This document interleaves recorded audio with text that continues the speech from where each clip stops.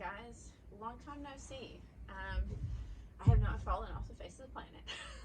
It is winter, and so there's not really a whole lot of gardening stuff going on. And I've got some things in the beds like carrots and some parsnips and a couple other little things, but nothing huge yet. I'm getting to the point where we are going to talk about what I've got here next to me, and like seed starting for early spring, and some of the things that you may want to start early to get a good start on in your summers, those kinds of things. But I'm also like had surgery back in November, and then we had the holidays, and of course everybody has been trying to avoid the plague, and so it has been very interesting this holiday season, but everything is good. Like, we're all doing well, and we are moving forward into the next year and making plans for the next year.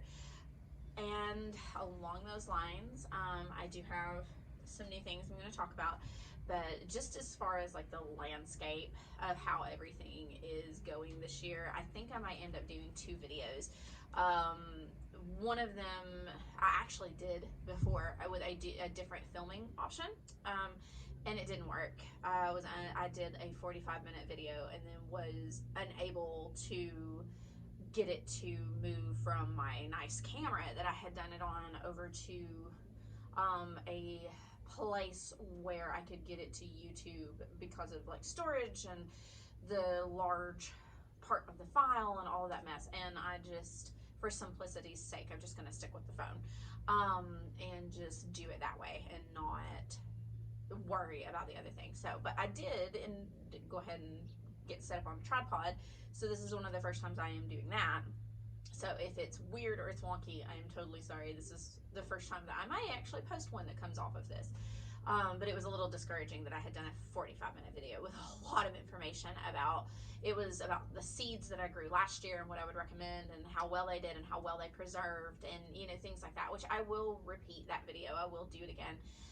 But it was a long video, and I know that I can't do that and this in the same video.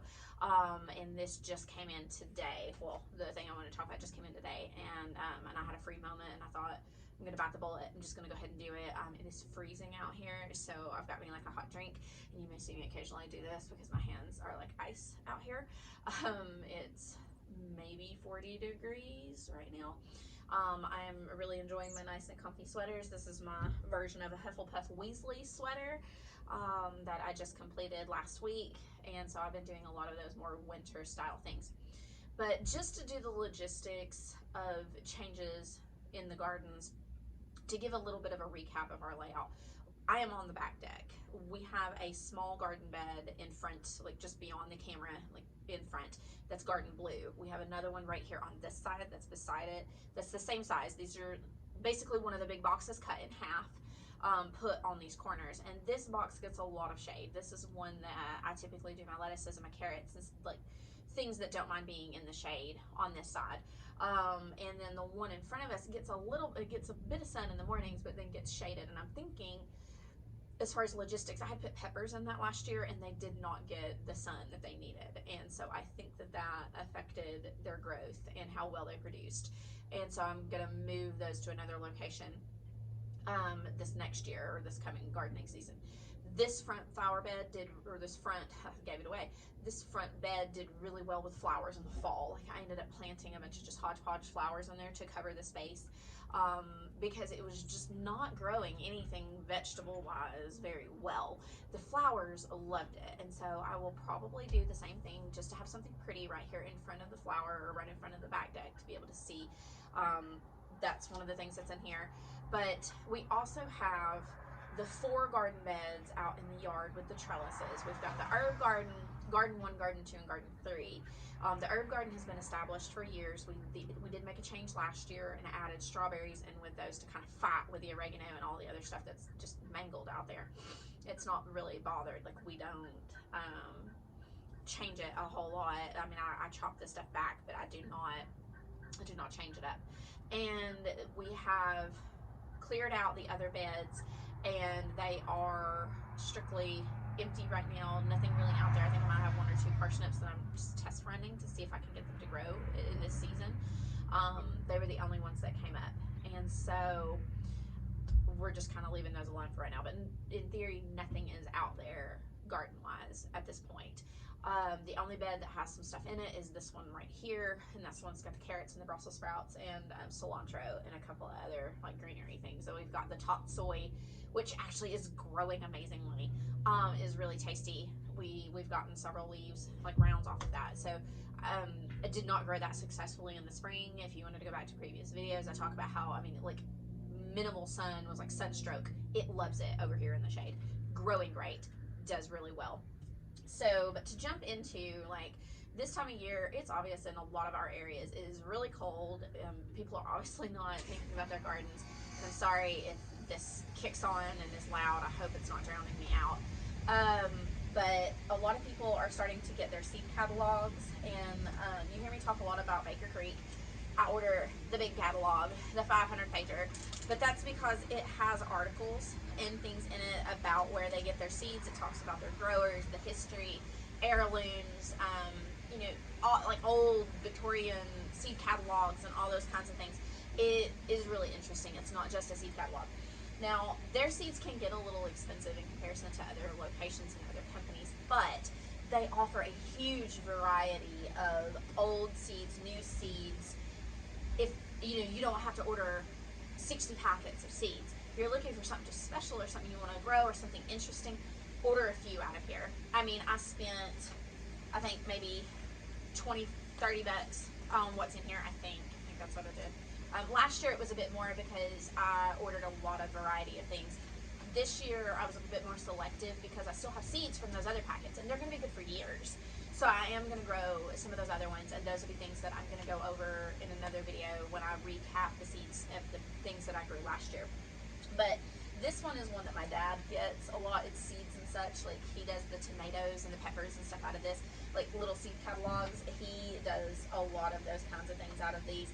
These are, you know, like straight up, you're going to get your varieties, but they're really, you know, compact. Like, they're there to sell you the seeds, and you know, there's not much of a story going on there. And I think that's why I like the Baker Creek ones, is because they do have the stories behind some of them and how they came to bring those seeds back, and the people who grow them, and you know, where they are and their histories, and you know, pulling up old catalogs and things like that. I just find that really fascinating as far as the history of those. And it makes me want to grow something different. Like, you'll hear me talk about last spring, I grew the purple potted, it's the King Tut purple potted peas. In the last year's catalog, they had the story behind those, and I really enjoyed that. And if you go back to some of the previous videos, it was one in spring last year, I give the story behind that. And it makes you want to grow something interesting. And so I thought that I would go ahead and show you guys the packaging and stuff for this right now, and go ahead and be getting some of these seeds out. These are new ones that I have ordered for this year. I have not looked at them. I hope that all of mine are in here, and I don't know what their free seed packets are. I think I got 2 this round, but we're gonna just start pulling stuff out, so it's gonna be hodgepodge. So I want to do calendula this year. I was unable to get calendula seeds last year. By the time I had ordered seeds, they were pretty much sold out in a lot of areas. But you can do salves and things with this in addition to them being good for the pollinators. And so I'm trying to up my flower count for the bees and things. So, and plus, like I said, I'm probably going to do that front bed pretty much in all flowers. And so this is going to be one of those, because this is also a useful flower. So I'm going to also, remember how I did the sunflowers in that bottom location? You can see here I am. I've got out of the habit of doing this. I left out the part. We do have a bottom in-ground section, not a raised bed, that we did the sunflowers, the watermelons, pumpkins, and we tried to do squash down there, and the seeds were saved seeds. They were not squash. That wasn't what they were. I don't know. But this year, actually, I bought seeds, and I'm going to use like actual seeds to do like butternut squash and stuff, as you'll see. But we are going to do sunflowers again. We're going to do multicolored sunflowers. I absolutely loved that space down there in the summer. It was beautiful. Got some great pictures of the kids. The bees absolutely loved them. So yeah, definitely we'll be doing that again. One of the things I want to grow are different types of carrots. Like, I did rainbow carrots for the kids, and they did okay, but we got some yield, but it wasn't like great. So I'm branching out now that I have figured out the method of growing carrots, because I have now grown carrots and I'm being approached. But I have grown carrots, and he's letting the cats out, so I hope they don't mess with the camera. I want to try a different type of carrot and actually grow ones that we can like freeze and put up, or we can use like store up. So this is one of my attempts. This is new Carota, and it is supposedly really hardy, really sweet. It's more of a short stubby carrot because I am using raised beds, but it is supposed to be a good grower, and so that's on my agenda for this next season. I may actually start putting those out in the next month or so. I will be doing some poppies this year. This one's Falling in Love, and I just loved the colors of those. I like the variegated, like all different colors in one flower. So I really wanted to add poppies in there. Now, I will talk about the tomatoes I grew last year, but I am making some changes to that. And this was a tomato that I wanted to get last year. Like, I tried to get seeds, couldn't get seeds. They were sold out of them. Sweetheart cherry tomatoes. This is the one that I want to grow in addition to the Sunrise Bumblebee ones that I have. I am not going to do the Midnight Snack ones again, even though they were super prolific, just simply because towards the end of the season they started losing their flavor and just not that great. And so I'm hoping to get more flavor out of these. I want to do more cherry tomatoes, be storing more of those up. Those are something that we do eat and we do use, and we made a lot of dishes with cherry tomatoes last year, and so definitely want to do that. This is a new squash that I'm going to try to grow. It's Honeybo Delicata, and this is one that Plot 37 does similar ones to this. I don't think it's exactly the same name. It might be, though. It might be the exact same name, but Jess over there, she talks about how these are the tastiest squashes to like. They're long and they're skinny and they make little boats and you hollow them out, and they're great for stuffing. And she talks about recipes and things that are on that. So if you're interested in stuff like that, like, she is really good about showing you what they're growing on their plot. And of course they're in Europe, they're in London or around London, and so they're going to be a bit different than us, but she actually cooks the things and pulls them out and documents what she does with the different things as far as storing them, which I really appreciate, because growing something like this, like, I want to do something new. This is one of my new things for this year. I've never grown this before, but then you want to know how to cook it. Like, you want to know, like, what am I going to do with that when I get it out of the garden? You don't want to just grow it and then just look at it. I mean, I grew these, but they're decorative. We're not eating it. They tasted awful, by the way. I did try one of them. They are definitely decorative pumpkins. But, I mean, seriously, though, it was one of those things where that was something I took on her advice. There's another one in here that I took on her advice that I couldn't find the exact, because they don't sell them here. I would have had to have ordered them from overseas, and I don't know how that would work. I haven't done the research on as far as customs and growing something here that's not supposed to be here. So I don't know, but it was a pumpkin. But I found something really close, and so I'm hoping it'll be similar. But here's some cosmos. I told you I'm going to add more flowers. These are some pretty cosmos. They're Rubatino, and they've got that same like stripy, variegated, like a little bit different shades on them. And so I'm really looking forward to having some really pretty flowers, like all these different colors. There's the pumpkin. It's a Gerardale blue pumpkin. And this is one that Jessie at Plot 37 talks about being super tasty. Hers is, I think, called Crown Prince, but it looks exactly like this. So I don't know if it's a variety of this, or if they are the same and we just call them different things here in America. Not sure, but this one is supposedly really good for eating. And of course it's decorative. It's a different color. It's something fun.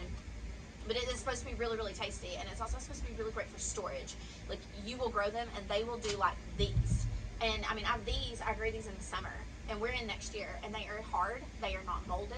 If these were edible, they would be a great storage crop, because they're solid. They have been out here on my patio or on my deck since I harvested them. They've not done a single thing. Hard as a rock. If they were edible, I could cut them open and eat them. These are supposed to be similar, like really hardy, really good at storing. And along those lines, I know I'm getting on to like what I would do in my next video, but it's one of those things that, talking about storage things, I've still got 2 spaghetti squash left from last summer that I harvested in June, July, before the vine borers got them. I cooked one the other day and made like a tuna casserole with it, and It was wonderful. And so I've got 2 left. Hi, kitten. This is Bingley. He's Mr. Bingley from Pride and Prejudice. Yeah, Mr. Darcy's over here. He's the one that's being antisocial. Here's another poppy. This is a larger poppy that I'm going to put in the flowers, Flemish Antique. And I just loved the ruffles in that. I'm being a bit girly with my flowers this year because, to be honest, I've never really planted a whole lot of flowers other than like roses and tulips. Like bulbs and things that I can't kill. So last year was my first like dive into just throw the seeds out and let them grow kind of flowers. And so I'm really hoping that they do well and I get a lot of that really pretty. I really enjoyed cutting them and putting them in the house and having that little burst of flower, like burst of colors in the house in the fall, because I've planted those marigolds and the zinnias in the fall, like in the late summer into fall, and I was cutting on those things all the way into November and into December, and they were beautiful. And so I'm hoping to do more of that in the spring. I loved having that little bit of life in the house from these flowers. So back to vegetables, because obviously I'm pulling this out. I've not opened this, I've not sorted it, so I'm just randomly pulling stuff out. Now, I grew a variety of okra last year. It was a mixed pack that I just got from Lowe's, where it was just a variety of different types. It had red okra, it had the Alabama reds, and then it had the pinks, it had the greens, all different kinds in it. And this was that big, fat, spiny one that I really liked the texture of. It was great to fry, it was great to roast, it was really good pickled. And so I bought specifically those seeds this time. I wanted the Alabama reds for my okra. I wanted to be able to grow specifically these because obviously, excuse me, the okra that I'm saving seed, I am saving some of the seed because I'm really curious to see what they do. I am going to mix some of that in. But they're going to be cross-pollinated. I planted all of those varieties in the same like 10 by 10 bed. They're going to be cross-pollinated. And so there's no telling what these seeds are going to do or what colors they're going to turn out to be, and I'm really excited for that experiment. But I really enjoyed these and I wanted this particular kind, so I ordered those seeds for that. Along the line of doing the new tomatoes, I have never done paste tomatoes. I make spaghetti sauce and tomato sauce out of our big slicers, out of the Tommy Toes, out of any of the tomatoes we have out there, and I just can it up and I use it, and it's great. It's been great. But I'm curious about if I actually did paste tomatoes, whether the sauce would be better. I don't know. We're going to try it out. I've never grown paste tomatoes, so this is one of my new things that I'm going to try this year to grow specifically for canning and putting up tomatoes and pizza sauces and spaghetti sauces. We're going to see how that goes. That's going to be anything. And along the lines of the vegetables, this one fell out a minute ago, and I am going to try to do more sweet peppers. They're different types. This one's got Lalisa, but they're sweet reds, and I am going to grow these, and if I can pull out another type of pepper. Aha, yeah, they're in there. Pepper Pippin's Golden Honey. Like I was doing sweet and not spicy. Like these are not supposed to be spicy. These others are not supposed to be spicy. Like I want ones that we can be cutting up, we can stuff, we can put into recipes, we can saute, we can do whatever, and the kids will eat. Cross our fingers. And so these are not supposed to be hot. I'm trying more sweet pepper varieties, and I think I have one more in here. That's a pepper variety, and of course I'm not seeing it, so we're gonna move along. And these actually used the last of my Hudson Valley Seed Company variety pack of radishes in the fall. Planted them out completely out of seeds for that, so I ordered more radishes, and I got the Giant of Sicily and French Breakfast because these were as similar as I could find to the varieties. Like I know for a fact that one of them was French Breakfast that we like so well, but this one is as close as I could find to the one that was in the Hudson Valley. It's like big and just bright cherry red, like very obvious red colors.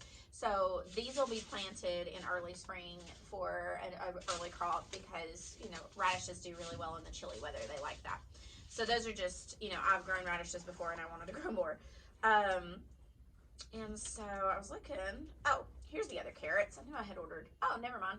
They're free. Got a free seed pack of carrots, so I get to try another variety of carrots. St. Valerie. So that's going to be interesting to try. My other free seed pack is the red lettuce, which I grew this last year and it was really good. It was very tasty. I will say it didn't germinate as well as like my other varieties of lettuce, but it may just be because of how it was planted, because I, learning, made a mistake of thinking, oh, they're like carrots, I'll just cover them up and they'll be great. No, lettuce seeds need sunlight to grow. Don't treat them like your carrot seeds. Not the same. Learned that the hard way. I'm surprised that the lettuce still grew, but they did. But that was, I got those last year and those were pretty good. And so, let me look and see. I think that's it. That must have been the only 2 peppers that I got in there. I could have swore I had gotten a third one. I must have just not been able to make up my mind, because that happens. And I was trying not to order a million things, which these are the last packets in my pack here. And these are seeds for flowers. The zinnias, I absolutely loved my red zinnias, and I loved the autumn ones that I had. So these were all these crazy different colors. Hi, Mr. Darcy. All crazy different colors, and I just feel like these are going to be absolutely beautiful. And the zinnias did well last year, so hopefully these will do well as well. Another calendula mix. I wanted 2 different kinds. That way, this is a flashback mix. This is a variety of their colors that they just did a mix pack. And so I'm hoping that one of these varieties will do well with our area. A lot of times when I'm doing stuff like this, it's kind of mixed matched and hodgepodged, because I'm wanting to see what grows better here. And if I find one that I really like that grows well here, then I'll save seeds from it and I'll continue to use it, because I have saved seeds from my other zinnias and things that have grown here, and I will be sprinkling those in with some of these. And a lot of times those seeds, when they have grown here and they have been pollinated here and they were produced here, they're going to be more acclimated to your climate and to your area. And so a lot of times those are going to be the healthier plants. It's not to say that these won't do well. They'll do well. It's just those others are probably going to be a little bit more hardy, and a little more sustainable, and a little less likely to crash on you if your weather's weird here. But that was my seed haul for right now, and I, knock on wood, I know that there will probably be the occasional like seed packet that I'm like, I don't know, like right as I'm getting ready to do the garden, that I just have to have. But I'm gonna try not to order any more seeds and use the ones that I have, and I will do a video going back over what I grew last year and the seeds that I have. I did get some saved seeds from some friends. One of my friends gave me some of her loofah gourd seeds, and I'm debating on doing those this year. I'm still working through my garden layout and what's going to be on trellises and what's going to be down at the bottom garden, and all of that. I mean, I will try to do a video on that, actually walking around the gardens, so that you guys can see like what I'm talking about, and that will help me picture it better too. I'm a lot more hands-on. Like I want to be able to be like, okay, this is where this going, this is taking that space, drawing and mapping stuff out. Hi, Mr. Bingley, you're my sweet kitten. And so I think what we had decided to do, we're gonna do corn where we did the pumpkins and stuff last year. I'm letting my husband pick the corn, because the corn that I picked last year, like, it was pretty, it was weird, it grew weird, we had a lot of weirdness going on with it. Go back to previous videos and pictures on Instagram, like you'll see the weirdness that was going on with this, and it was not good. It was not tasty, even the ones that were good. And reading up on it now, apparently that is a corn that people grow for looks. They grow it for the variety of color. But then if they do plan to eat it, they typically grind it up. It's not something you're going to throw in the pot and you're going to boil and you're going to eat. It is typically something they do for more like corn flour. And so I didn't do my research. I was like, oh, look, it's pretty in the magazine. And here we are. But that's the fun of gardening. That is the fun of figuring out what works for you and what doesn't. It's the fun of experimenting with a couple of new things every year. Nobody says that you have to do new things. Grow what you're gonna eat. Like, that's the plan. Grow something that you're actually gonna cook, because you don't want to have all of this produce coming in. Now, granted, I'm super excited about gardening. I'm obviously doing a thing here, but you want to make sure you're using what you're growing. And if you're not using it, give it to somebody who can. One of the things we did last year when we were getting just a glut of certain things, like the squash and the beans and things like that, me and my grandfather, the boy's grandfather, me and my dad, ended up taking some stuff. My local library had a free like community farmer stand, and you could take the stuff in and you donate it, and people could come and get it. It was kind of give and take, whatever. We just donated to it because I mean we had more than we could use and more than we could put up at the time, and then that way somebody's getting to use that produce.